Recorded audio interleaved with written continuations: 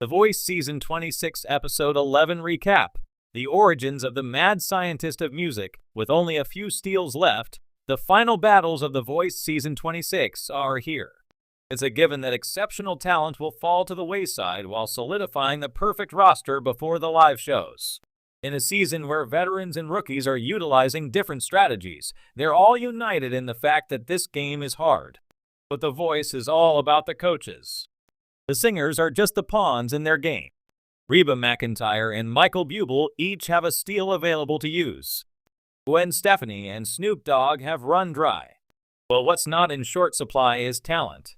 And it's very possible the season's winner might be present in this group of artists. The Voice in general can feel like whiplash. Incredible peaks. Unfortunate valleys. But when the artists are allowed to be the stars, the singing competition reminds us why it's still going strong. Obvious song selections lead to safe performances. Team Gwen's first battle of the night sees two young artists bringing their twang out in I Remember Everything by Zach Bryan featuring Casey Musgraves. Rowdy She is a modern country soul. Cameron Brooks has a crossover appeal. They seem to have a brother-sister relationship, which is a far cry from Brooks's comparison of being mini Gwen Stefani and Blake Shelton. Definitely not siblings. As Brooks tries to be country, she is adapting to the West Coast by learning the lingo, now using words like slay and period. It's important to see this fun side of both of them together, as it is a precursor to the performance they give. The advantage for this track leans towards as it is a tried and true country track, but Stephanie sees Brooks as the song's featured artist. Like Musgraves, she can toe the line between country and pop. During their coaching session, Brooks drops a bomb that she recently developed heart disease, which has affected her ability to breathe properly while she sings. She shares that she's worked through it as Gwen literally just tells her, just accept that this is where you're at. Now to the performance. They sound like two separate artists singing a singular song. There is very little vocal chemistry. Brooks infuses her pop sound into the song, but Rowdy She is a country boy. He just lacks the emotion that the lyrics innately have. While neither truly dominates the performance, this selection comes down to who has the potential to win. Cameron Brooks is the more complete package, while Rowdy She can be a country star in today's country scene. Gwen ultimately selects Cameron Brooks, losing her sole male country artist this season. The DOGG has a tough battle ahead as he pits Michael Alexanderson against Mary McAvoy. Alexanderson is a crooner. McAvoy has soul. The Venn diagram overlaps, but is that enough? Snoop selects the Flamingos' I Only Have Eyes for You because he feels it is a great duet if a male and female sing it to each other. Given the nature of the song, the advantage already sways toward Michael Alexanderson. McAvoy is essentially forced to not only jump out of her genre box, but find a way to blend with her stage partner's intense vibrato. When McAvoy has her solo moments, she proves why she is an exceptional artist. She can reach into that Diana Krall essence. For Alexanderson to achieve a victory, he has to go above and beyond. He does not. McAvoy's approach to the song shows she has bigger potential in this competition. Snoop really wanted to ship this pair as a couple, but he ultimately has to split them up. He selects Mary McAvoy as the winner of the battle. Like Stephanie, the singer who should be the winner doesn't win because their performance is too safe.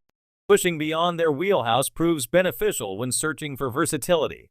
The Voice has long been a show that blends the beauty of raw talent with compelling personal stories, creating moments that live on long after the contestants leave the stage. But in Season 26, Episode 11, viewers witness something truly unique, the emergence of a contestant who's already being called the mad scientist of music. From the moment he stepped on stage, the contestant in question, Lucien Reed, was different. With his wild, untamed hair and eccentric fashion sense, he immediately stood out among the other hopefuls. But it wasn't just his appearance that caught the coach's attention. It was his almost mad genius approach to music. The episode opened with a montage of the standard fare, a few emotional stories, some impressive vocal runs, and a few near misses. But when it was Lucien's turn, the energy in the room shifted. Clad in a lab coat, goggles perched on his forehead, and surrounded by a bizarre assortment of instruments, some he had made himself, Lucien took the stage and declared, I am not just here to sing. I'm here to experiment. The first experiment, Lucien's first performance, was a mashup of Beethoven's Moonlight Sonata and Radiohead's Creep 2 pieces that, on paper, should have clashed like oil and water. But somehow, Lucien made it work. The haunting piano introduction flowed seamlessly into his soulful, slightly distorted vocals, blending classical elegance with raw alternative rock energy.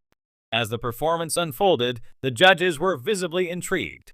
Blake Shelton leaned forward in his chair, eyebrows raised, while Niall Horan was practically on the edge of his seat. Gwen Stefani whispered something to Reba McEntire, and they both nodded in agreement. When Lucien hit the final note, a sustained falsetto wail that seemed to echo through the entire studio, there was a brief pause before the entire room erupted in applause. All four coaches turned their chairs around, but the look on their faces wasn't just one of admiration. It was curiosity. The mad scientist persona during the post-performance interview, Lucien revealed more about himself. He wasn't just a singer, he was a self-taught musician, composer, and instrument maker. He spoke of growing up in a small town where he had to be resourceful. I didn't have access to fancy equipment, he said, so I built my own. I made a guitar out of an old oil can and turned kitchen utensils into percussion instruments.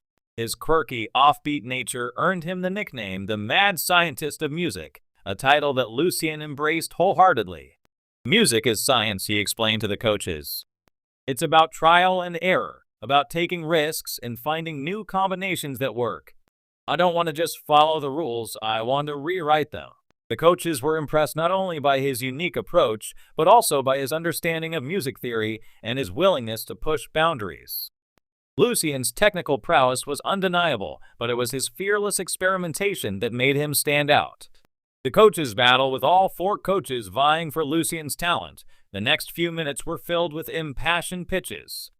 Blake Shelton, known for his country roots, tried to appeal to Lucien's storytelling abilities. What you did up there, Blake said, was a journey. It wasn't just a song, it was an experience. And that's what great country music does. Niall Horan, on the other hand, played the versatility card. You're not just one thing, Lucien, Niall said. You're a fusion of everything classical, rock, experimental, and that's what today's music needs.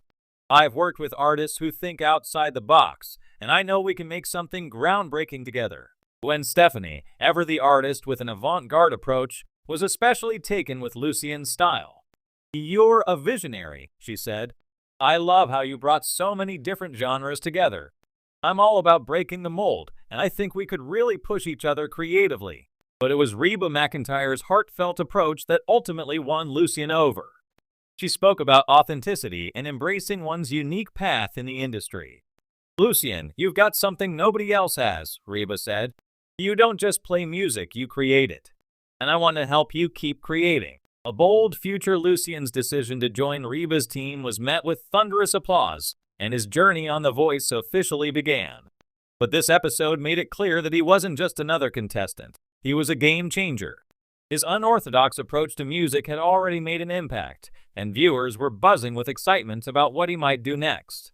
As Lucien walked off the stage, there was a sense that he wasn't just competing, he was on a mission. He wasn't afraid to take risks, and in an industry that often rewards conformity, that made him stand out even more. This episode wasn't just about a great performance. It was about the origins of an artist who could very well reshape the landscape of modern music.